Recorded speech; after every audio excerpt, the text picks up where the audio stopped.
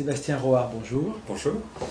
Merci de faire l'amitié à cherclient.tv, de venir nous parler d'une entreprise qu'on commence à bien connaître, ou croire qu'on commence à bien connaître, et qui est Photobox, dont vous êtes le directeur général.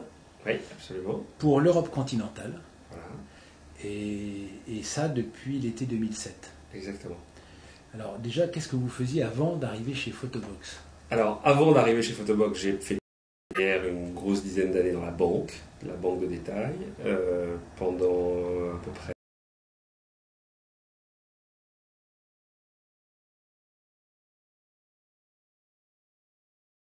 Puis j'ai quitté la banque. Alors, j'ai quitté la banque pour faire de la banque privée, où j'ai été directeur des opérations à la banque de Neuflize. Donc vraiment très opérationnel dans le quotidien bancaire, même si c'était de la banque privée qui est un peu atypique par rapport à la banque de détail que chacun connaît. Et j'ai quitté l'univers très protégé de la banque privée pour prendre le poste de directeur général adjoint de Egg, la banque en ligne. Et donc, juste après son lancement, qui a fait pas mal de bruit. C'était en quelle année ça? Bonne question, j'étais en train d'y repenser. C'était en 2004 ou 2005 de mémoire. D'accord. Oui. 2004-2005, Egg est lancé par reprise de The Bank, la banque qui avait essayé de démarrer en France, financée par Bernard Arnault. Egg rachète les actifs et se lance en France dans une logique de crédit avec une équipe 100% anglaise. Au bout de 6 mois, ça ne marche pas, les Anglais sont renvoyés chez eux et une équipe française est amenée. Donc je suis rentré à ce moment-là en tant que DGA. Ça n'a pas duré très longtemps, puisqu'on a dû fermer la banque après à peu près 2 ans. Ouais. Là, j'ai rejoint la Caisse nationale des caisses d'épargne en tant que directeur de la distribution pendant un peu plus de 2 ans. Donc sur l'ensemble du groupe, les problématiques de distribution sur l'ensemble du groupe. Et là, Internet me manquait trop, et donc j'ai replongé dans un projet Internet qui est toujours Photobox. Quand vous dites ça me manquait trop, parce que Egg c'était la banque en ligne, quoi. Egg c'était Internet. Ouais. C'était l'époque, pour ceux qui connaissent un peu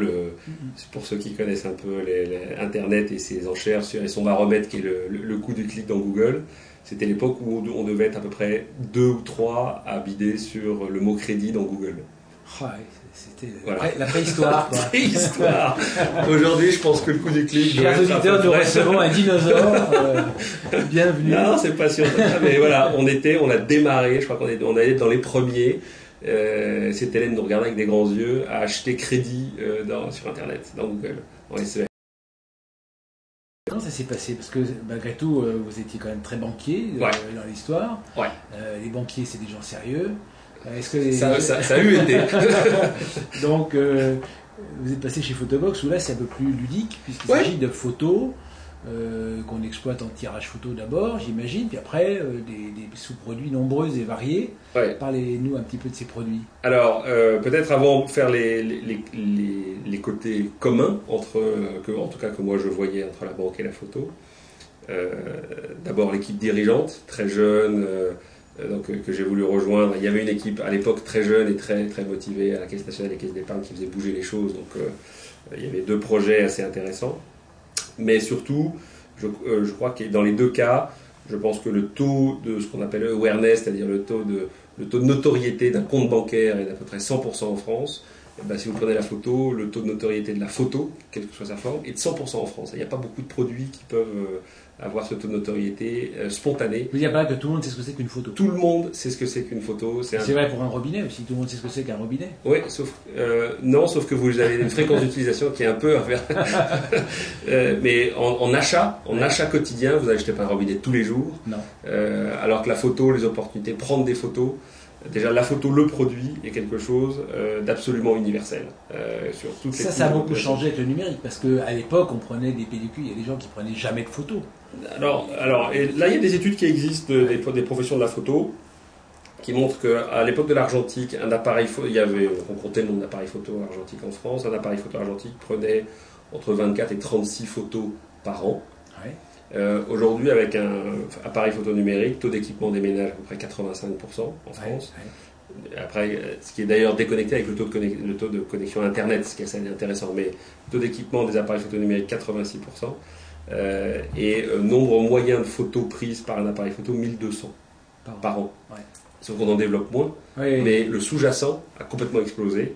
Les gens le stockent majoritairement. Quand les gens sont internautes, c'est pour ça que je fais le lien, les baromètres des professions de la photo montrent qu'à peu près entre 50 et 60% des internautes développent des photos sous une forme ou une autre. Donc voilà, il y a un tunnel de création de business en fait, ouais. qui s'est largement ouvert avec 1200 photos, donc on a beaucoup trop, on ne sait plus quoi en faire, 1200 photos en moyenne par mois, et c'est plus sur un réflexe, par an, et moins sur un compact, mais en moyenne on tombe à peu près à 1200. Et puis derrière vous avez des filtres sur j'ai le temps de le faire, je le développe, je le commande, je l'imprime à domicile, je le donne à un professionnel, si c'est un professionnel, est-ce que c'est un magasin ou par internet, voilà. Puis après je pourrais vous décliner plus en avant, plus en détail la chaîne, mais donc la chaîne de valeur a été complètement transformée en quelques années. Reste que le produit est totalement universel.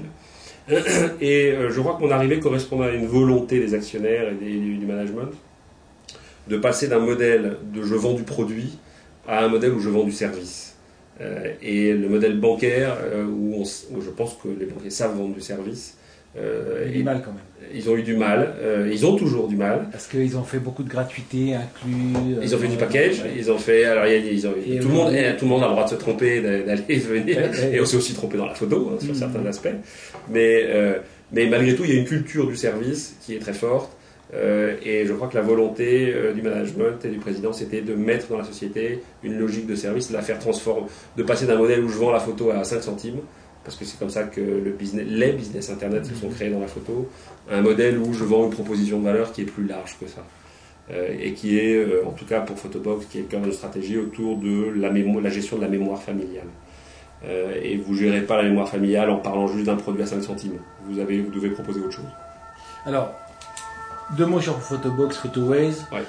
Ça a été créé quand, par qui, pour faire quoi? Pour la mémoire de la famille, très Exactement. bien. Donc, c'est des jeunes personnes qui s'étaient... Voilà, donc 2 ans. Alors, il y a un destin assez croisé entre la France et l'Angleterre. Il y a dans chaque pays 2 paires d'entrepreneurs qui se lancent en 99, la même année. Ouais. Pour la beauté de l'industrie, je dirais qu'ils sont au milieu d'une dizaine ou d'une quinzaine d'entrepreneurs qui se lancent la même année, en 99.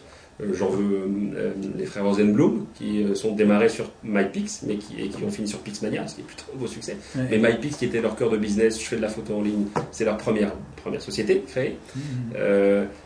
Les équipes qui dirigent actuellement Extrafilm France, qui à l'époque ont créé Wistiti, puis qui se sont vendus à Extrafilm, mais c'était aussi autour de la photo. Notre ami grenoblois Étienne Descure, PhotoWeb à Grenoble, 99. Et vous pouvez faire la liste, il y en a encore quelques-uns, et puis après il y en a d'autres qui sont revenus en 2000 et encore en 2001. Mais vous allez voir que les 4 ou 5 leaders du marché en France aujourd'hui sont tous nés en 99, étaient les early adopters, et tous dans une histoire entrepreneuriale qui a bougé. À PhotoWeb, le fondateur est toujours là, ou c'est comme ça, en tout cas, même si c'est pas tout à fait le cas, c'est Étienne Descure qui a développé l'activité. MyPix est devenu plutôt Pixmania, et maintenant plutôt connu Pixmania que MyPix.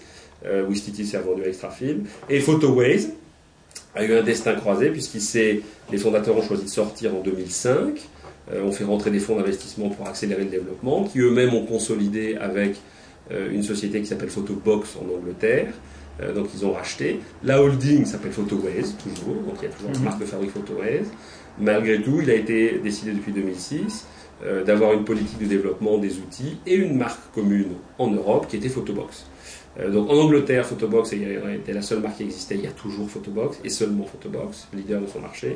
En France, on cohabite avec 2 marques, Photoways et Photobox, plus un certain nombre de services opérés en marque blanche pour des tiers. Mais donc vous avez 2 marques, Photoways et Photobox, mais l'investissement marketing se fait à 100% sur Photobox. Voilà. Et on garde sur Photoways les profils sont assez différents.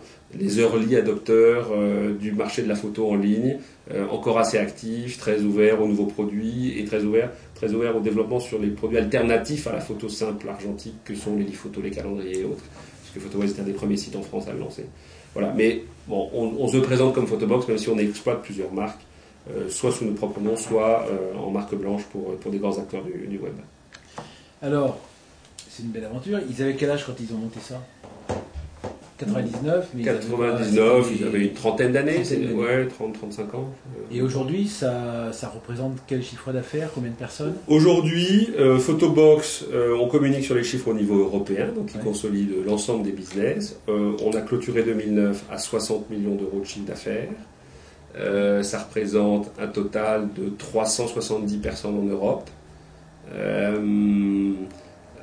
150 en Angleterre, 220 en France. Et ça, c'est l'effectif permanent, sachant que l'entreprise se rajoute jusqu'à 300-400 intérimaires au moment de Noël, puisqu'on a un business qui est passé d'un business de photo à un business de cadeaux. Alors, vous parliez tout à l'heure d'une belle idée, tout de suite ça attire un homme de marketing, c'est la gestion de la mémoire familiale. Oui. Alors, avant tout, peut-être, il y a une question de comportement vis-à-vis de la photo avec l'impact du numérique, qui fait qu'on a multiplié les photos, qu'il y a un problème de stockage. On a l'impression que c'est un peu un phénomène de société, que ce soit pour les vidéos, que ce soit pour les documents sur son ordinateur, etc. On a vraiment l'impression qu'on est envahi par l'image, qu'il y a celle qu'on produit soi-même, il y a celle qu'on récupère à travers des réseaux sociaux.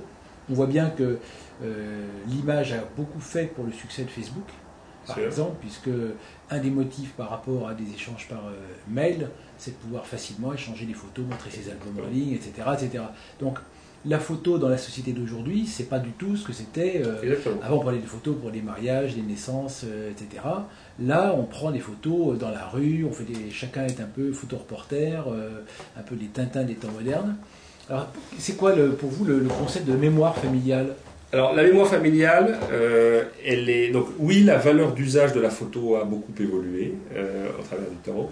Malgré tout ce qu'on constate, nous, donc elle s'est élargie, parce qu'en plus, on ne prend pas impunément 1200 photos par an sur un appareil photo et pour juste les stocker. Donc, c'est bien, on voit bien qu'il y a un autre usage, un autre mode d'usage et de partage. Bon. La photo, telle que nous, on la prône, qui est sur un support physique, qu'il soit papier argentique, papier standard, céramique, t-shirt ou autre, hein, il y a des centaines de supports. La photo telle que nous on la prône, quand on analyse bien les produits que commandent nos clients, parce que comme on les fabrique, on les voit, on les fabrique nous-mêmes, on les voit, c'est essentiellement une valeur d'usage d'occasion. Et ça reste une occasion très traditionnelle que vous évoquez. 3 occasions principales: mariage, naissance, voyage. Oui, donc on est dans un business qui marche en logique d'occasion, ce qui explique que nos sites, ou un site photo en général, mais c'est particulièrement vrai chez Photobox ou Photowave, sont des sites de destination. Les clients viennent et viennent pour faire de la photo. Est-ce que toute la couche qui s'est rajoutée en valeur d'usage pour le client sur je prends des photos beaucoup plus facilement, que je sois jeune, que je partage, je montre, est-ce que toute cette couche-là va se rebrancher, va se redéverser un jour ou l'autre dans l'impression physique, quelle que soit sa forme des photos? Les optimistes disent ce sera le grand soir, le jour où les uns et les autres auront craché leur PC, perdu leur mémoire, ils se remettront à tout imprimer, on sera riche. Et on n'y croit pas. Je pense que le monde est fait ainsi. Et donc, nous, nos stratégies, elle est clairement de se réjouir de tout ce développement de multiplication des photos, surtout si elles sont en haute résolution, elles sont utilisables. Nous, on est très serein sur le fait qu'il y en aura toujours une petite partie, mais plus l'assiette est large, mieux on se porte, mais il y en aura toujours une petite partie qui se déversera dans le physique, parce que le physique, au-delà de les conserver, même si vous avez votre iPad, même si vous avez sur votre télé, se mettre assis l'un à côté de l'autre, feuilleter un livre, montrer ses photos sur un support physique quel qu'il soit pour faire très original, je le veux au matin au petit-déj, ou je le veux parce que j'ai fait mon livre de mariage. Voilà, ça fait appel à des ressorts humains assez profonds de la famille, qui justifient que je prenne le temps, l'effort et le prix, parce qu'effectivement c'est plus cher, de le mettre sur un support physique. Et c'est sur ce mécanisme-là qu'on joue, surtout sur des occasions aussi fortes que la naissance, le mariage, le voyage. Alors même je le fais dans le décrescendo, et je pense qu'on ira un jour vers le marché du décès, on ira un jour vers sur d'autres occasions, mais il y a des occasions, vraiment des fondamentaux humains qui font que, et c'est là-dessus qu'on joue. Sans trop se soucier de tout ce développement par ailleurs, si ce n'est qu'il y a un jour ou l'autre il alimentera, mais comme une proportion infime. Donc on est vraiment dans ce marketing d'occasion, et pour vous donner un peu un phénomène de société, en France, en tout cas chez Photobox, mais c'est assez général sur les sites de photos. Les clients sont à 75% des clientes. Parce que dans la tradition occidentale, la charge de la mémoire familiale photographique est féminine. Alors c'est l'homme qui appuie sur le bouton et c'est la C'est même avant ça. C'est l'homme qui choisit l'appareil photo, parce que c'est compliqué, qui l'achète sur un site en ligne. Je vais défendre mes confrères e-commerçants. De ce qu'on voit dans nos études, donc c'est généralement l'homme qui prend la photo.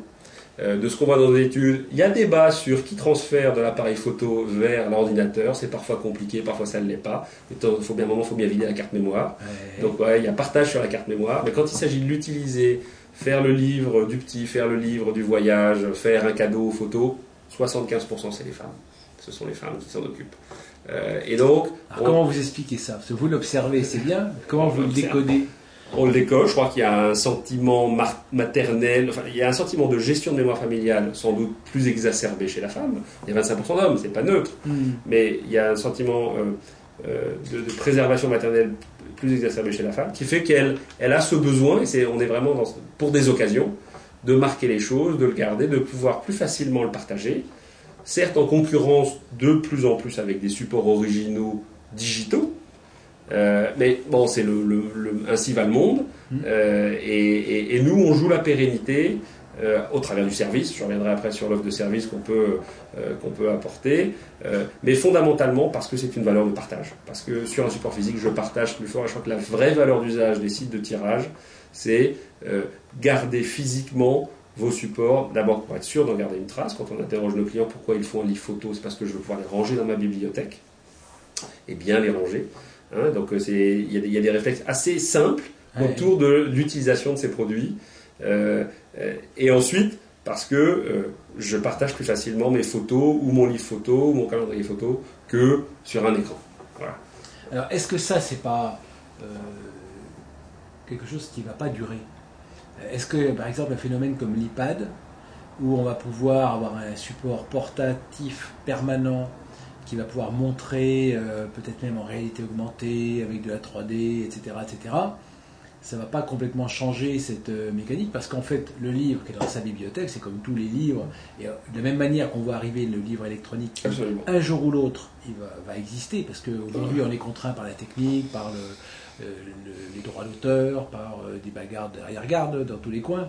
Mais on voit bien que la technologie va rendre possible le fait d'avoir un livre électronique, de le partager facilement, beaucoup plus facilement. C'est que je veux prêter un livre à mon fils qui habite à Londres, faut que j'aille à la poste, que je fasse un colis, que je lui envoie, puis quand lui il l'a, moi je l'ai plus. L'avantage de l'électronique, c'est que quand il l'a, moi je l'ai encore. On voit bien qu'il y a cette notion de se déposséder, d'avoir une évolution du sentiment de propriété. Et la propriété de la mémoire, c'est quelque chose où on est en train de vieillir, il y a des problématiques d'Alzheimer, ça fait peur à tout le monde de perdre la mémoire. En même temps, il y a ce film merveilleux qui s'appelait Se souvenir des belles choses, où on voyait effectivement comment en fait un être humain n'existe plus, il n'a plus sa mémoire. Donc on voit bien que c'est quand même quelque chose qui est extrêmement presque psychanalytique, cette affaire-là. Et alors, on dématérialise, on partage, les problématiques de stockage. Là, on voit qu'on est en train de voir comment les Français ou les Européens vont stocker plus facilement à domicile avec des gigaoctets, des petits serveurs RAID 5. Les Chinois vont envahir le marché de produits à $150 qui permettent d'avoir du RAID 5 à domicile, la taille de la moitié d'une boîte à chaussures. Et pendant ce temps-là, les Américains sont en train d'arrêter de stocker en faisant appel à des sites de stockage virtuels qui permettent d'accéder en temps réel depuis n'importe où, sur n'importe quel outil surtout, aux photos qu'on a de manière classée, archivée et sécurisée. Et le jour où j'archive facilement, j'accède avec des iPads, des iPhones et autres BlackBerry et compagnie à la donnée sous le format que je veux, moi la question qui me vient, c'est qu'en réalité, je ne me vois pas facilement porter un t-shirt de la photo du mariage de mes parents. Vous voyez, je ne le sens pas très bien comme ça. Ni imprimer un coussin de la fête qu'on a faite ensemble dernièrement, sauf si c'est pour faire une blague. Mais, ou un cadeau. Ou un cadeau, mais là, moi ça s'appelle un cadeau empoisonné. Le gars qui m'offre un coussin, je ne sais pas trop quoi en faire. Quoi. Alors, si je peux me permettre, d'abord c'est très générationnel. Oui. On remarque chez nos clients que plus je monte, plus je suis âgé traditionnel, c'est-à-dire en gros je ne suis pas né avec le digital, je suis des très gros clients du tirage photo, et je le reste. Plus je suis jeune, est né avec le digital, et encore avec un revenu plutôt modeste. Et je reste sur des petits cadeaux, des petits objets. Je suis très grand consommateur des photos sur céramique, sur t-shirt, pour habiller ma PlayStation ou pour habiller mon téléphone mobile. Voilà. Et puis vous avez au milieu la mère de famille de 25 à 45 ans qui elle fait des livres photos et qui fait des calendriers photos, qui offre le calendrier à la grand-mère, qui fait un livre pour chaque anniversaire des enfants, les fêtes des enfants et autres. Bon. Indubitablement, tous les jours, on voit arriver des nouveaux supports numériques qui vont concurrencer notre proposition de valeur autour du physique. Indubitablement, vous citez l'iPad, la télé connectée, pour nous, on va arriver, on nous propose déjà de mettre tous nos sites sur la télé connectée avec les grands fabricants, donc c'est une discussion qu'on a, mais on va pouvoir visualiser, et demain il y en aura encore d'autres, et on pourra stocker, donc c'est juste le sens de l'histoire. Il y a quand même un biais quand même à cette affaire, c'est que autant moi je suis un grand utilisateur et fabricant de livres photos. Alors, en général, c'est à l'occasion de voyage ou plutôt de voyage en général. Mais là où on continue peut-être à avoir envie d'imprimer, c'est quand on a une recherche un peu esthétique et artistique. Et là, c'est différent. C'est que imprimer un document, ça a une valeur un peu d'œuvre. Alors après ça, et il y a peut-être là où il y a un besoin. C'est que la photo, c'est pas quelque chose d'inné, sauf pour quelques-uns. C'est quelque chose qui s'apprend. Il faut en faire beaucoup pour en faire des biens. Il faut être extrêmement sélectif. Il y a un marché de l'achat de la photo. On a l'impression que l'œuvre picturale est en train plutôt de baisser. On a l'impression qu'on a fait un peu le tour de ce qu'il y avait à faire en matière de peinture. C'est moins le cas en matière de photo. Il y a encore pas mal de créativité à venir. Et là aussi, il y a un marché pour parce que là, ça veut dire que c'est un autre marché. Oui, c'est un autre marché. Il y a quelques belles entreprises américaines qui sont spécialisées sur le grand format d'art, sélection d'œuvres d'art. Il y a des offres qui sont en train de fleurir. Nous, notre ADN, alors c'est des pistes de diversification, très clairement. Je crois que ça tourne autour de, au même titre que, parce que là, vous me parlez de la prochaine révolution à venir, qui est où le support physique, quel qu'il soit, sera encore plus concurrencé par le support numérique. Revenons sur une révolution en arrière. Tout le monde a oublié que la photo est en train de s'éteindre doucement mais sûrement, sauf pour quelques générations qui sont encore très attachées, remplacée par le livre photo, par l'impression numérique, qu'elle soit d'ailleurs à domicile ou qu'elle soit faite par des professionnels. Et pourtant, ça date de 2005 en France, enfin en Europe, de 2005. Et vous avez ce ciseau du métier de l'impression numérique sous forme livre calendrier qui croît de 40 à 50% par an, et du tirage numérique sur papier numérique qui baisse de 15 à 20% par an. Voilà, donc il y a déjà eu cette révolution-là. Les sites Internet étaient nés sur le papier argentique classique, en 99. Si je reprends l'exemple de Photobox, vous avez l'impression numérique représente 0% du chiffre d'affaires en 2005, va représenter en 2006 sans doute 60%. Si vous me demandez de me projeter à 3, 4, 5 ans sur les nouveaux supports, et je vous aurais créé un segment d'impression numérique, l'édition personnalisée versus l'édition à la demande, et ce sera encore complètement différent, parce qu'on aura récupéré un bout du marché de l'imprimerie, parce qu'on aura... Et tout est à inventer. Je crois que le sous-jacent, c'est, oui, il y a des cycles d'évolution qui sont très courts, et le physique est contraint par l'évolution techno, telle qu'elle peut arriver par l'iPad, par le stockage, comme vous l'avez cité, les téléconnectés et autres. On est dans un métier, c'est ce qui faisait la beauté du geste en 2007, quand j'ai choisi de rejoindre et de quitter le monde tranquille de la caisse d'épargne, c'est que on est dans un marché qu'on est incapable aujourd'hui de projeter. Parce que l'usage s'invente tous les jours. J'en veux pour preuve, je suis sûr que vous-même ou nombreux de vos auditeurs ont fait des cartes de visite chez Vistaprint. Si je vous avais dit il y a encore quelques années, vous allez avoir 200 cartes de visite gratuites, je passe sur les astuces marketing de Vistaprint pour vendre des cartes de visite, mais comme ça à la demande avec une déco, un logo, et si je vous disais qu'aujourd'hui une bonne proportion de notre chiffre d'affaires se fait aussi avec des agences immobilières ou des artistes qui mettent en valeur leurs œuvres ou leur catalogue d'exposition dans des livres photos. C'est des choses que j'aurais pas pu vous dire il y a encore 1 ou 2 ans. Voilà. Et l'usage est en train de se révolutionner. Et aujourd'hui, on est en train de passer, si j'en veux pour preuve, le dernier album qu'on a lancé, qui est le livre de cuisine familial, le livre de cuisine à la demande. Vous parlez de l'occasion, le marketing d'occasion, vous êtes centré sur le voyage. une partie de notre base clientèle, et on a des partenariats en cours qui avancent pas mal, où aujourd'hui on met à disposition une bibliothèque de recettes de cuisine, où chacun pourra, ce qu'on appelle l'édition personnalisée, dans un livre photo, toujours le même que je fabrique à Sartrouville pour toute l'Europe, faire mon livre de famille avec la photo, la recette favorite de grand-mère, les commentaires, la photo des enfants qui la dégustent, et j'aurai mon livre de cuisine personnalisé. Et voilà, et si on se revoit dans un an ou dans 2 ans, je vous parlerai d'autres produits qui, toujours à base d'un support physique, vont amener une valeur d'usage qui va largement dépasser le simple visualisation, qui était la valeur d'usage d'il y a encore quelques années, le partage, qui l'était encore, qui va devenir, j'ai personnalisé mon environnement, j'ai mis mes photos dans un environnement pour raconter une histoire. Si on est un peu extrême, la photo demain suivra l'évolution d'un Facebook ou des blogs, qui est encore à la mode, mais on est passé sur Facebook maintenant, mais de mon blog sur papier et de mon tableau Facebook sur papier.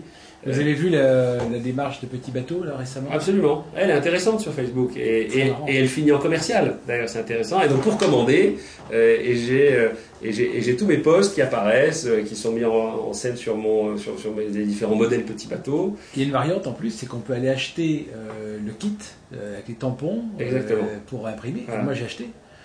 Alors que j'ai pas d'enfant en bas âge, etc. Et la campagne est très bien faite. La campagne est très sympa. La campagne est très bien faite. Elle a une viralité incroyable. Ah oui. C'est tellement malin et c'est vraiment, ça montre bien le besoin à la fois de faire, d'être dans le move, d'être là avec ce que tout le monde fait. 400 millions de gars qui ont animé leur profil Facebook régulièrement. Et en même temps, besoin d'être différent parmi ces 400 millions. Exactement, et besoin de personnaliser. Donc, mais est-ce qu'on est tous en train de rajeunir? C'est des démarches d'adolescents, d'être dans la tribu et en même temps de se différencier dans la tribu. On est dans un mouvement de fond de personnalisation, on veut raconter son histoire, on n'a plus besoin d'avoir un canal descendant qui me raconte l'histoire que je dois entendre et que tout le monde évoque le lendemain, non. Je veux pouvoir me mettre en scène, raconter mon histoire, partager mes émotions autrement, partager ma vie autrement, ou raconter tout bonnement des histoires. Alors, on a l'impression que votre développement à vous, c'est les usages et non pas le produit. Parce qu'en fait, on se dit, comment vous allez faire? Alors, c'est quoi imprimer un livre photo? Il y a des contraintes, il faut que ça soit bien fait, que la photo, maintenant qu'on a tous plus ou moins des réflexes perfectionnés, etc., on s'attend à ce que la qualité produite soit au niveau de ce qu'on avait à l'écran. Donc il y a la fidélité, on sait que c'est complexe d'avoir retrouver les bonnes couleurs, etc. Et puis il y a la qualité de la reliure, il ne faut pas que quand j'ai ouvert 20 fois, il faut qu'il continue à se fermer proprement. Il y a la livraison, il y a la simplicité d'usage de vos logiciels de mise en page. Ouais. Là, il y a eu beaucoup de travail de fait. Au départ, c'était lourd, on risquait de perdre en route. Et ça évolue tous les jours. Ouais. Ça évolue tous les jours. Mais vous évoquez bien le sujet, c'est-à-dire que dans la partie de la prestation, on oublie peut-être un peu vite le physique. D'accord ? Ouais. Malheureusement, avoir simplement une offre à base de j'ai un beau livre, aujourd'hui, vous ne survivez pas. Ouais, très concrètement, vous ne survivez pas. Et si Photobox aujourd'hui est leader largement en France et en Europe, c'est parce qu'elle a compris ça assez tôt et elle a tout de suite rebalancé son équilibre économique d'un modèle qui n'est pas uniquement basé sur le produit, mais qui va vers le service. Je reviens sur ce que j'estime être une partie des raisons de mon arrivée. Malgré tout, il faut savoir faire des livres. Alors, si on prend le livre photo comme le produit principal, ou savoir tirer des photos avec la bonne colorimétrie et autres. Et ça, c'est un métier qui en soi est très compliqué, qu'on a aussi de faire en France, pour des raisons effectivement de qualité. Et j'ai coutume de dire, on est de ce point de vue-là, et strictement de ce point de vue-là, un imprimeur de série de 1. Voilà. L'imprimeur, il sait faire des séries de 500, 1000, 1500, et plus c'est gros, moins c'est cher, mais il descend rarement en dessous de 500. Nous, on fait des séries de 1. Et à chaque fois, que ce soit par le format, le contenu, le nombre de pages, les options qui peuvent aller avec, les livres qu'on imprime, et ce sera à peu près pareil sur le calendrier, seront tous différents. Et notre usine, elle sait sortir en quelques heures des séries de 1, de façon professionnelle. Voilà. Alors, est-ce que, parce que là, c'est très étonnant, est-ce que ça veut dire que vous avez du mal à sortir des séries de 500 ? Alors, oui, je sais le faire, sauf que ma chaîne de production qui a été construite pour faire des séries de 1, elle n'est absolument pas économiquement viable pour faire des séries de plus de 100. Ouais. Et donc, mes équipes commerciales, quand on est contacté, généralement, nos clients particuliers nous appellent, au fait, pour mon entreprise, j'ai besoin de faire un cadeau d'entreprise, j'ai besoin de ci, j'ai besoin de ça. Dès que la série monte au-delà de 100, 150, interdiction de faire une proposition. On n'est pas compétitif par rapport à un imprimeur qui va sortir sa grosse machine, offset, bon à tirer, la mécanique est plus lourde. Si c'est pour faire un cadeau où le client reçoit un voucher, où il pourra mettre ses propres photos, même ses propres histoires, mais si c'est pour faire 100 ou 150 fois, je sais très bien le faire. Je suis juste trop cher. Parce que, et je le sais, parce que c'est pas notre métier, et parce que nous, tous les contrôles qu'on fait pour ajuster les machines, aujourd'hui on achète des machines depuis 5 ans, on achète des machines qui n'existent pas, qu'on réajuste en permanence, elles existent pour l'imprimerie, mais quand on dit à nos fabricants allemands ou italiens que chaque livre qui va passer sera d'un format différent, les gars s'effondrent. Ils disent, mais non, on ne sait pas faire ça. Donc non, on refait. Et du coup, ça a un coût. Alors votre client, on voit bien que c'est quelqu'un qui a beaucoup changé, qui va encore beaucoup changer. La génération Y, ça va être pour vous une vraie révolution. Ouais. Il va falloir réinventer en permanence, le livre de cuisine familiale, etc. La problématique de la fidélité, avec des usages aussi changeants, on est client combien de temps en moyenne chez vous? Alors, c'est encore un peu difficile. Alors, un peu difficile à dire, mais on est malheureusement malheureusement et heureusement dans un business qui est très mauvais en fidélité. Et qui a drastiquement changé, puisqu'on est passé d'un modèle de la pellicule, il n'y a pas encore si longtemps, même si c'est un business qui est quasiment éteint aujourd'hui, d'un modèle de la pellicule où en gros, maman, 5 à 6 fois par an, va déposer, ou papa va déposer les pellicules, fait développer les pellicules, vient les rechercher, et repart. Tombe à la renverse avec le prix. Tombe à la renverse avec le prix, mais ça on a oublié. Mais c'était une fréquence d'achat, si je reprends les termes des e-commerçants, de 5 à 6 fois par an. Ouais. Et on avait coutume de dire que les photographes, c'était comme les pharmaciens. Il y en avait qui étaient plus ou moins bons, mais il y avait vraiment que les mauvais qui ne roulaient pas en Jaguar, en gros. Et c'était un business de pharmacien. Le photographe, il posait son truc et il voyait arriver un flux de pellicules qui donnait à développer des usines. Et c'était vraiment pas compliqué. Bon, ça, ce business-là, il est révolu. Le business, d'abord, je crois qu'il ne faut pas négliger qu'avant, vous, votre femme, elle allait déposer sa pellicule, elle ne se posait pas de questions. Elle avait le monsieur de photoservice qui lui disait alors c'est quel format, c'est l'option 24 heures, brillant mat, c'était un acte simple. Ouais. Je ne sais pas si vous avez récemment développé, chez nous ou ailleurs, développé des photos sur Internet. Ouais. On vous pose un tas de questions, c'est devenu un acte compliqué. Il faut télécharger les photos, même si vous les mettez sur une clé, il faut les avoir mis sur une clé dans un magasin. On vous demande de choisir des formats, vous avez un format numérique, vous avez un format argentique. Qu'est-ce que c'est que ce truc? Moi, je n'ai jamais posé la question avant. Bon, bref, vous avez tout un tas de cadrage. Vous pouvez, le numérique a ouvert les possibilités de cadrage à l'infini, de recadrage, de retravail. C'est devenu un truc très compliqué. Bon. Ouais. Premier point. Au-delà même, avant d'être concurrencé par les écrans numériques eux-mêmes, c'est devenu un acte de consommation très compliqué. En plus, l'informatique s'en mêle. Donc, tout ça mis bout à bout, et comme c'est quelque chose de très mass market, il y a beaucoup de promos qui fleurissent partout.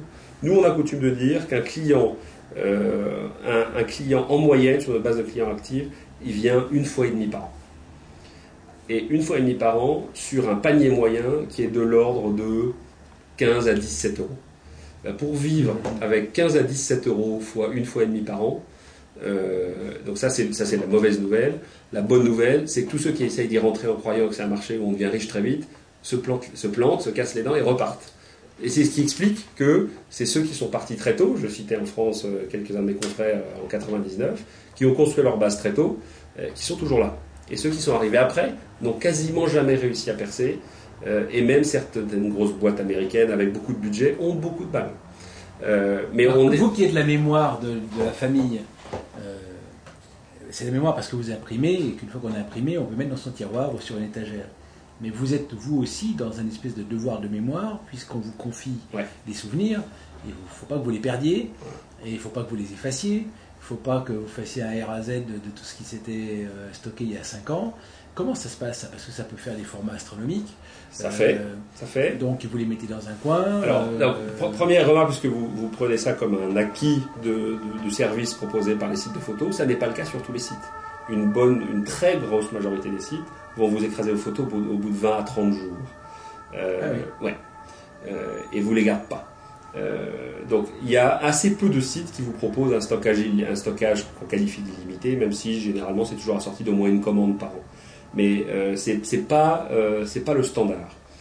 Pour le cas de Photobox que je connais bien, alors pour donner un certain nombre de chiffres, on a une infrastructure de serveurs dans une logique de service que j'évoquais, parce que la mémoire familiale c'est juste pour imprimer et vous dire merci, au revoir, ça n'a pas de sens. Donc on a effectivement mis dans notre proposition de valeur le stockage. Le stockage c'est une bonne partie de coût. et que de coûts, mais aussi qui est un générateur de fidélité d'une certaine façon. C'est comme ça qu'on arrive à le justifier, à l'équilibrer. Le stockage, on reçoit, nous, tous les jours, en moyenne sur l'année, 1,5 million de photos par jour sur nos serveurs. Donc, avoir des serveurs, une bande passante qui reçoit 1,5 million de photos par jour, généralement entre 18h et minuit, c'est déjà pas des petits tuyaux.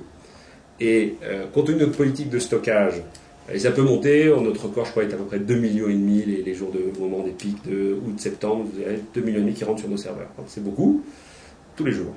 Et vous avez derrière notre unité de stockage qui est répartie dans toute l'Europe est en pétabytes, c'est-à-dire qu'on est aujourd'hui proche des 2 milliards de photos stockées, c'est-à-dire qu'on est encore derrière Facebook, sauf que si je pondère je crois, 5 à 6 milliards de Facebook par la définition photo qui est stockée chez Facebook, et que je pondère les miennes à 2 milliards par de la haute résolution pure parce que je ne compresse pas, je pense qu'on n'est pas très loin. Et effectivement, on est l'un des gros acheteurs de mémoire en Europe, dans une architecture totalement redondée entre Amsterdam, Londres, Paris, enfin on en a partout. Alors, bien sûr, de temps en temps, on perd des serveurs, ça arrive, hein, c'est la technologie qui veut ça, mais aujourd'hui, on a des investissements très lourds en matière de stockage. Et quel est le taux de réusage? Parce que j'ai stocké mon livre il y a 5 ans, j'ai presque oublié que je l'avais mis là. Ouais.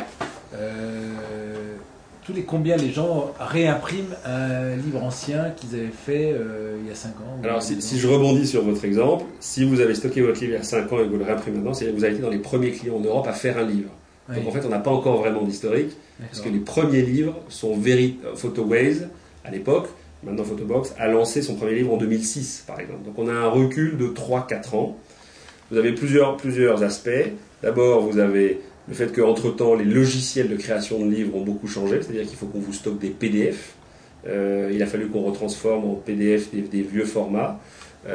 Donc voilà, la profondeur d'usage, on n'a pas encore l'historique, et elle est techniquement compliquée parce que la techno bouge beaucoup.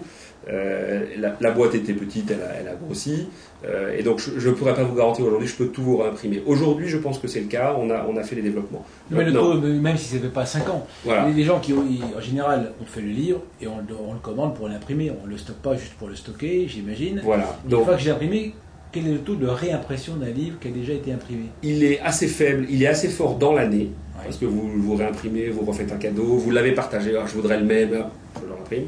Au-delà d'un an, il s'étiole un peu, et nous on considère que c'est pas le livre en lui-même qui a de la valeur, parce qu'on n'a pas l'historique encore pour le montrer, mais plutôt les photos qui ont fait le livre, parce que vous allez généralement reprendre des photos de ce livre que vous avez mis pour faire un best-of du best-of. C'est-à-dire que vous avez le livre de l'année, et puis on pense que d'ici quelques années, vous allez démarrer le livre de la décennie, où vous reprendrez les photos que vous avez mis dans votre premier livre, que vous réutiliserez au milieu des photos de chaque année. Alors, cette relation que vous fabriquez patiemment avec vos clients, qu'est-ce qui en fait la valeur, et comment vous mesurez cet attachement à la marque? Parce qu'il faut se différencier. Vous avez parlé des valeurs d'usage, on voit bien tout ce qui se construit. Tout le monde n'utilise pas forcément les nouveaux produits diversifiés que vous êtes en train de lancer. Qu'est-ce qui fait qu'on vous a choisi? Qu'est-ce qui fait qu'on va y revenir? Alors, première question, comment on la mesure? Nous, on s'est aligné sur les standards anglo-saxons à la demande de notre conseil d'administration. C'est le NPS, le Net Promoter Score. C'est la seule façon, objective, et pas un NPS post-transaction. C'est un NPS sur la base qui est fait tous les 6 mois et qui mesure, qui est redressé de la composition de notre base. Enfin, je vous passe tous les détails techniques. Voilà, c'est le seul vrai indicateur qui nous guide. Pour nous, il n'y en a pas d'autre véritablement aussi que celui-là, et donc on le joue comme ça. Après, quand on rentre plus finement dans les analyses, on est dans des lifetime value, on est dans des calculs que je qualifie d'anglo-saxons. Revenons à la base, on est sur un business à 1,5 transactions fois 15 à 17 euros par an. Je ne peux pas me qualifier de business fidélisant en moyenne. J'ai, comme toujours, une petite proportion de ma base clientèle qui transacte 4 fois, 5 fois, 10 fois. Parfois, ils transactent 4 fois, 5 fois, 10 fois parce que c'est l'année de leur mariage, et l'année d'après, ils seront à 0 ou à 1, ou sur la réédition. Je ne sais pas bien le modéliser. Donc, on a plutôt une approche très pragmatique. On a ce NPS qui mesure la satisfaction globale de la base redresser pour s'assurer qu'on prend bien en compte le poids et la structure de la base, les sociodémos et autres. Et puis après, on a plus à 1,5 en moyenne, sauf avec des actions spécifiques sur les vieux clients fidèles dans une logique plutôt RFM, traditionnelle du commerce. On a plutôt construit notre modèle en se disant qu'à chaque fois qu'un client revient, on est nouveau pour lui. Soit parce qu'il est venu il y a l'été dernier, soit à Noël, et on ne peut pas lui demander de se souvenir exactement. De toute façon, déjà, il a du mal à se souvenir de notre nom. Entre Photobox, PhotoWays, PhotoWeb, PhotoService, Photo.com, vous en avez beaucoup. Donc déjà, c'est bien qu'il se souvienne de nous. Et entre-temps, en 6 ou 8 mois, généralement, le site aura beaucoup changé puisqu'il se sera enrichi de tout un tas de nouveaux services fonctionnement. Donc, on est plutôt dans une logique où, hors quelques mesures spécifiques et un suivi assez transversal, on redécouvre nos clients à chaque fois. On se remet dans une logique de découverte à chaque fois. Ouais, j'ai le sentiment que... Je ne suis pas aussi pessimiste que vous, en fait. J'ai l'impression que quand on a trouvé chaussure à son pied, et parce que justement c'est une valeur de mémoire et c'est très affectif, on ne change pas si facilement. Je pense qu'on a mémorisé dans ses favoris le site qui va bien et on ne va pas chercher à faire à chaque fois une nouvelle expérience. Enfin, c'est l'impression que ça me donne, moi. Ouais, alors après, il y a peut-être une sensibilité au prix, si j'ai une offre promotionnelle de tel ou tel, mais même parce que j'ai pas envie de recommencer, ça reste compliqué monter un livre. Ouais. Et c'est pas ce que disent nos études marketing, malheureusement. Ouais. J'ai longtemps cru ça. Ah oui. Et les études vraiment très récentes. Oui. Alors ce que vous dites là, c'est le comportement de 10 à 15% de la base client. Ce qui est bien, mais c'est pas le cas. Alors, le NPS, c'est bien, mais c'est de l'intention, la plupart du temps. C'est est-ce que vous êtes un prescripteur de votre produit ou pas? Et les gens disent oui s'ils sont de bonne humeur, non s'ils sont de mauvaise humeur et grincheux. Mais dans la réalité, est-ce que vous mesurez comment les gens sont arrivés chez vous? Est-ce qu'ils ont été réellement sur conseil d'un de leurs amis qui a eu une expérience positive, ou est-ce que c'est en cherchant, et puis est-ce qu'ils viennent vraiment sur le conseil d'un tiers? Alors, c'est une des sources d'acquisition. C'est pas la principale. On a un suivi assez précis de toutes nos sources d'acquisition. Plus on fait des questionnaires d'accueil pour comprendre si c'est la première fois qu'ils viennent sur Internet, s'ils sont recommandés par des amis. La triste réalité, c'est que la principale source d'acquisition aujourd'hui reste Google. Et que si vous comparez des sources très classiques comme Google ou les moteurs de recherche en général, mais ça reste Google prépondérant aujourd'hui, à ce qu'on appelle refer a friend, donc tout ce qui est parrainage et les offres de parrainage qu'on peut faire sur la base client, le parrainage n'est pas le sujet principal. Loin de là. Une question qui me vient comme ça, on voit sur Facebook, vous parliez de Facebook et des réseaux sociaux, mais surtout Facebook, fleurissent un nombre impressionnant de groupes qui traitent de photographie, de concours photo, et par thème, chaque semaine, il y a des compétitions. Moi, j'appartiens à un groupe où je crois qu'il y a 3800 photographes en herbe là, qui comparent leurs photos et qui, pour la beauté du geste, sur un thème donné, vont concourir. Ouais. Il n'y a nulle part là-dedans le moyen d'imprimer quoi que ce soit sous forme de bouquin. On appuierait sur un bouton, on sélectionnerait telle et telle photo et on en ferait un bouquin avec un accord. Voilà, ça va venir. Ça va venir. J'ai l'impression que là vous êtes avec quelques milliers de gens qui sont des vrais passionnés. Des vrais passionnés qui ont déjà généralement leur propre site photo, mais qui seraient ouverts à de la promotion. Et je crois que le modèle Facebook, assez inéluctablement, évoluera à un modèle tel que Picasa, si vous l'utilisez pour faire des photos. Vous avez en ligne un certain nombre de prestations, des prestataires de développement photo. Voilà, et Facebook y viendra. Ils ont une approche qui est un peu plus... D'abord, ils ont une approche qui est un peu plus timide sur le sujet, mais la monétisation, je pense, les fera avancer dans le sujet. Deux, ils n'étaient pas en stockage de photos à haute résolution. Ils viennent, il y a 15 jours, de racheter une société américaine qui va leur permettre de faire du stockage haute résolution. Et donc, tant que vous n'êtes pas en haute résolution, ces photographes en herbe, généralement, n'impriment pas du 10-15 ou du 11-15. Ils veulent plutôt des formats qui mettent en valeur leurs photos, soit classiquement sur des agrandissements, des posters, soit s'ils sont très originaux sur des formats alu, plexi ou sur de nouveaux matériaux. Et si vous n'êtes pas en high-res, la photo Facebook, elle ne sert à rien. C'est vrai. Donc, mais ça vient.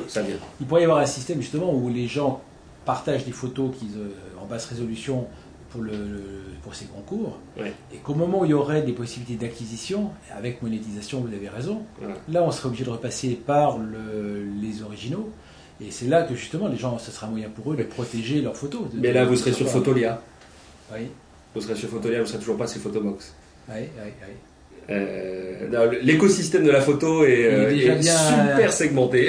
Ouais, je vois l'écosystème est super segmenté. Vous avez un Facebook qui va être un espèce de site de partage, de mise en avant, de showcasing, et encore. Puis après, vous allez être sur Fotolia où vous allez pouvoir monétiser. Est-ce qu'un jour, Facebook fera le showcase, la monétisation et l'impression?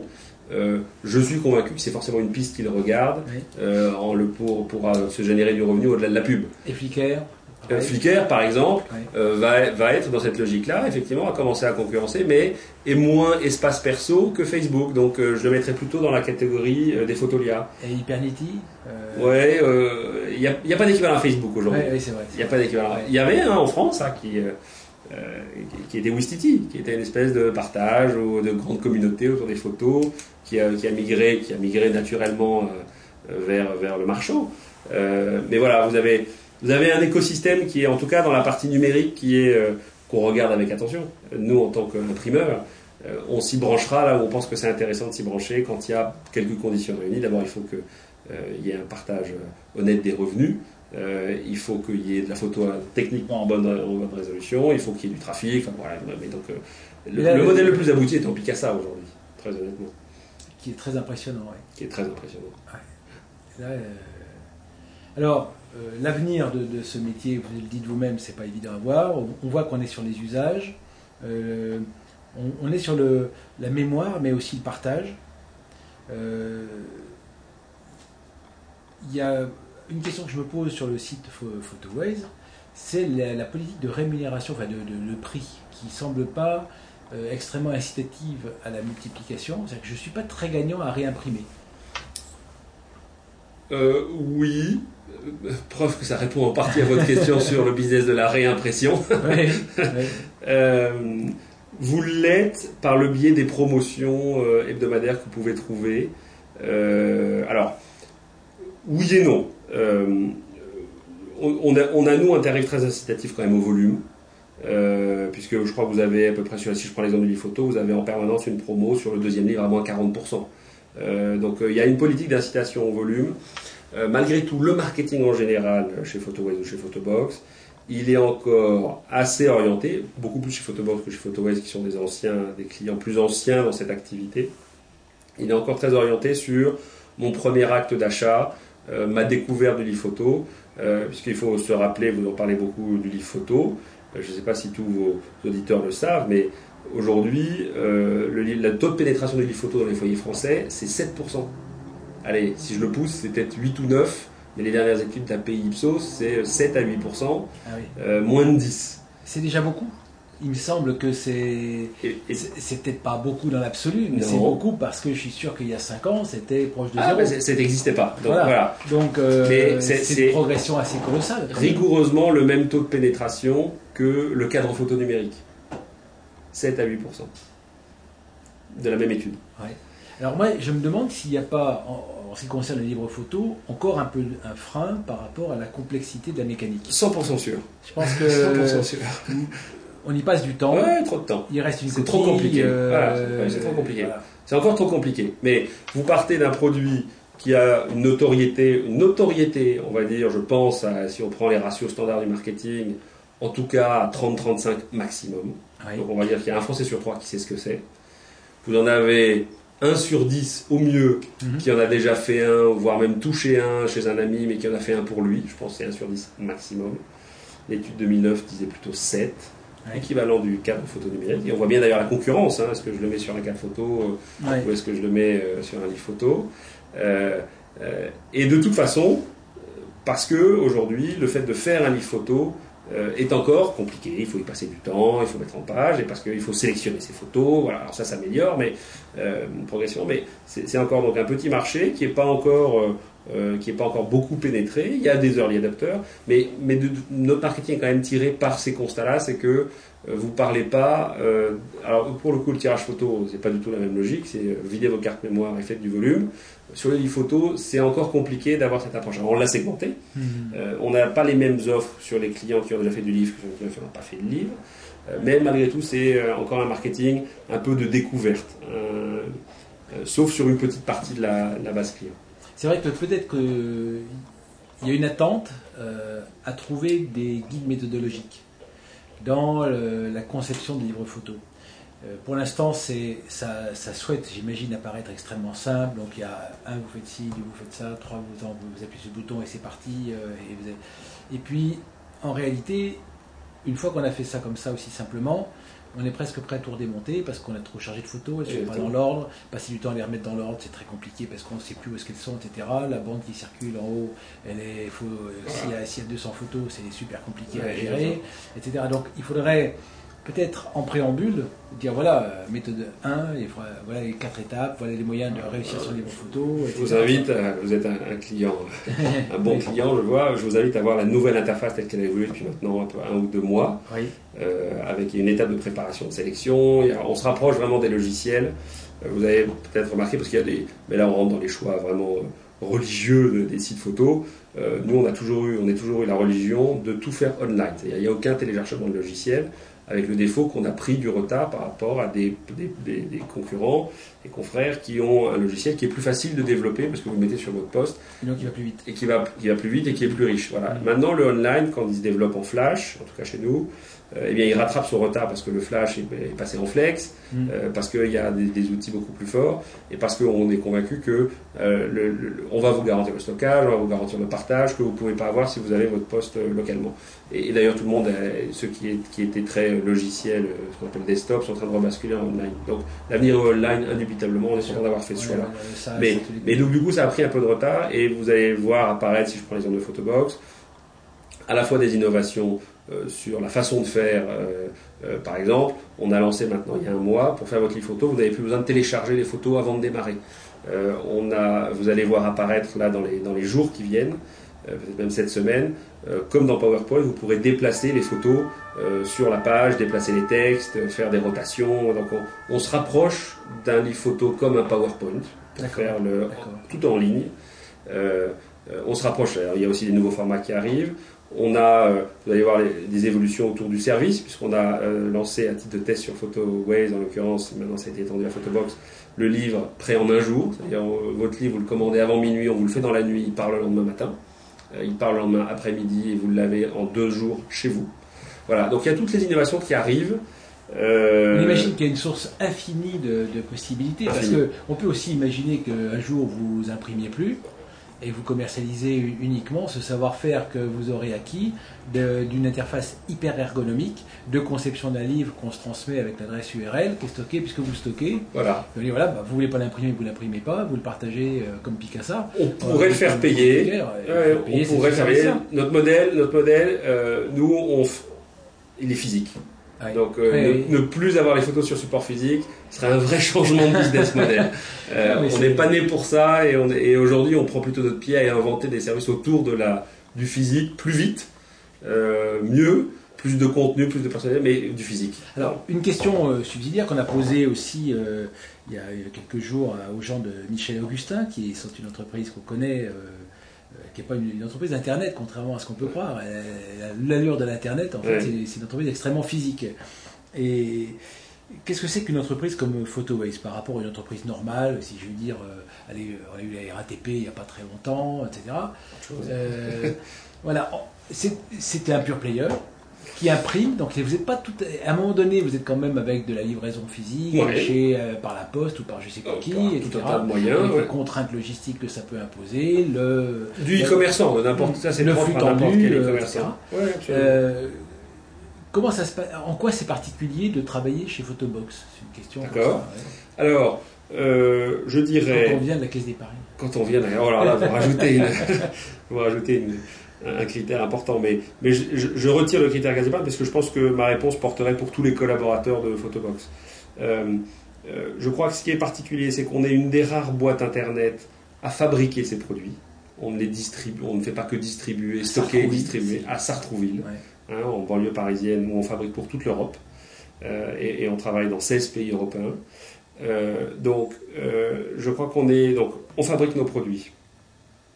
Donc vous êtes en quelque sorte une industrie. Oui, absolument. Une boîte de services pure player Internet, industrie. La moitié de l'entreprise fait du service pure player, l'autre moitié fait de la pure production. Et ces gens-là vivent ensemble? Absolument, tout le monde a Sartrouville. D'accord.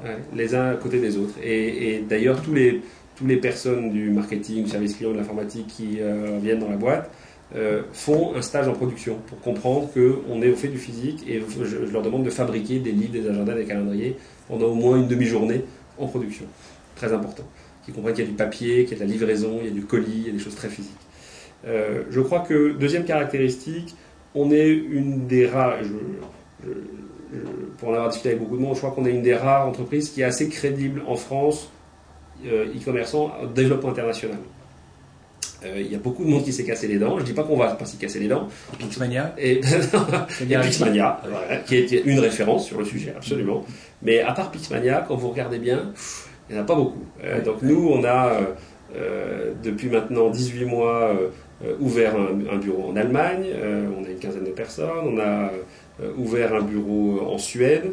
On a ouvert un bureau à Bruxelles, donc sur le Benelux. Voilà. Et on ouvre petit à petit et on se développe assez fortement. Alors pourquoi? Parce que ça c'est une bonne question.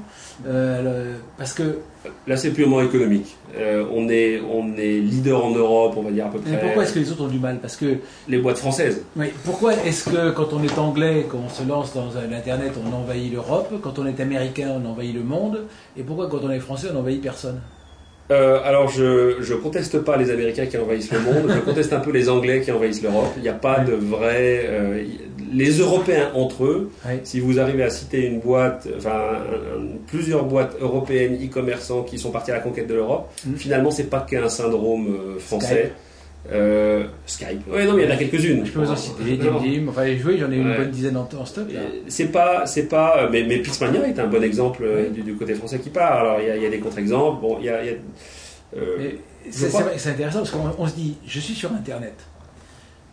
Si ça plaît à des Français, ça peut plaire à des Allemands, à des Anglais, des Canadiens, des Asiatiques, etc. Pourquoi est-ce que tout d'un coup, quand on est Français, on a du mal? Est-ce que dans notre tête, on est limité à l'hexagone? C'est le syndrome de la ligne Maginot? On n'arrive pas à la franchir dans le Je sais pas bien l'analyser. Ce que je sais, que si je prends le cas de Photobox, c'est quand vous partez en Europe, vous débarquez en Norvège, en Finlande ou au Danemark, le vrai sujet, c'est que comment vous appréhendez un marché avec généralement des gens qui ont fait le même travail que vous, mais qui vous ont pas attendu pour le faire. Donc c'est comment vous rentrez sur le marché avec des techniques, des mécaniques, sans faire les gros bras, mais en étant hyper pragmatique et en prenant les bons leviers de votre industrie pour venir attaquer ce marché-là. Mais je crois que la complexité, c'est de prendre le temps et de trouver le bon sas d'entrée, et il ne sera pas forcément le même dans chaque pays. C'est culturel? C'est assez culturel. D'abord, l'Europe, c'est juste une rigolade en termes de consommation. Quand vous le voyez par rapport aux États-Unis, je gère sur un marché d'une taille à peu près équivalente, là où mon équivalent américain gère une monnaie, une langue, je gère 6 monnaies, 14 langues. Et je ne vous parle même pas des systèmes et des taux de TVA. Et ça reste un énorme frein, ou est-ce qu'on le digère facilement? Non, c'est compliqué. C'est compliqué. C'est pas un open source en disant que là je télécharge les Norvégiens. Non, c'est compliqué. Non, parce que les caractères suédois, les caractères polonais, quand vous mettez sur une imprimante, votre imprimante achetée à Paris, elle fait pas le caractère polonais parce qu'il faut là. C'est horrible. Et même en marketing, je dois avoir, aller sur mes 14 pays, j'ai à peu près 7 dates différentes de fête des mères. Des trucs aussi bêtes que ça. D'accord. Et la valeur de la photo est différente selon ces pays? Énorme. Oui. Énorme. Rien à voir d'un pays à l'autre. Je crois que la France doit être le marché le plus concurrentiel. Vous pouvez avoir les premiers prix, frais d'envoi compris, vous allez avoir des tirages numériques aux alentours de 10 à 12 centimes. Vous allez avoir des pays, comme la Suède où il y a des acteurs locaux qui, pour tout nouveau compte, tout nouveau client, va vous offrir 100 photos gratuites avec 2 ou 3 euros de frais d'envoi. Donc vous avez en standard 100 photos, ce que vous ne trouvez pas en France. Puis vous avez des pays comme la Finlande ou la Norvège, où vous serez plutôt sur des tarifs à 15-20 centimes la photo. Et en Italie, on ne consomme pas du 10-15, on consomme du 13-18. Et c'est des habitudes de le rapport à la photo est différent selon les pays, ou on peut dire que c'est à peu près toujours pareil, cette valeur de mémoire familiale, c'est constant? Le rapport à la photo est à peu près le même. La photo, standard. Le rapport au livre photo n'a rien à voir. Entre le livre belge ou le livre suédois, qui est quelque chose d'assez standard, Il faut avoir en tête que le marché du livre en Belgique, dont vous voyez la population, est plus important que le marché du livre en Angleterre, sur une population, un ratio de population qui a absolument rien à voir. Il y a plus de livres vendus en Belgique qu'en Angleterre, par exemple. Et entre le livre belge et le livre suédois et le livre espagnol, il n'est pas à moins de 100 euros. Parce qu'on fait un livre, mais il faut que ce soit le très beau livre, très épais, le livre de mariage, c'est un marketing d'occasion qui est encore plus exacerbé, et donc effectivement il coûte cher parce qu'il y a une finition très compliquée, et la plupart le panier moyen du livre photo en Espagne est effectivement à peu près 2 à 3 fois supérieur à celui du reste de l'Europe. Donc voilà, bon, il faut naviguer entre tout ça, et donc ça quand vous l'appliquez chez un e-marchand Vénération chez Pixmania a des dizaines et dizaines et dizaines de références, ce qui n'est pas notre cas, on a la chance de manipuler un petit nombre de références, c'est juste un truc de dingue. C'est juste Alors ce marketing qui est quand même compliqué, qui conditionne énormément, j'imagine, la fabrication, la logistique, etc., la gestion des coûts, le pilotage du référencement sur Internet, c'est une équipe de combien au marketing chez vous? Toute l'Europe ou France uniquement? Monde entier. Monde entier. C'est une équipe d'une quarantaine de personnes. Ah, c'est gros. Ouais. Et on voit que c'est là le nerf de la guerre. Ouais, il ne faut pas se tromper. Donc, Google, il faut être hein. dessus. Google, il faut diversifier. Il y a beaucoup de partenariats. Il y a beaucoup de partenariats. Il y a le SIM, le SEO. Vous avez la création du site, l'animation du site. Et vous faites tout en interne, ça? La partie interne. référencement, c'est des spécialités internes. On s'appuie parfois sur des agences. D'accord. Mais le pilotage est entièrement interne. Et donc la totalité, tout pays confondu, on doit être une quarantaine de personnes sur le marketing au sens large. De beaux succès. Bravo. Ouais. Merci pour toutes ces réponses claires, directes, et on en parlerait encore des heures. Et absolument. À une prochaine fois pour savoir comment ça a évolué alors. Merci. Au revoir.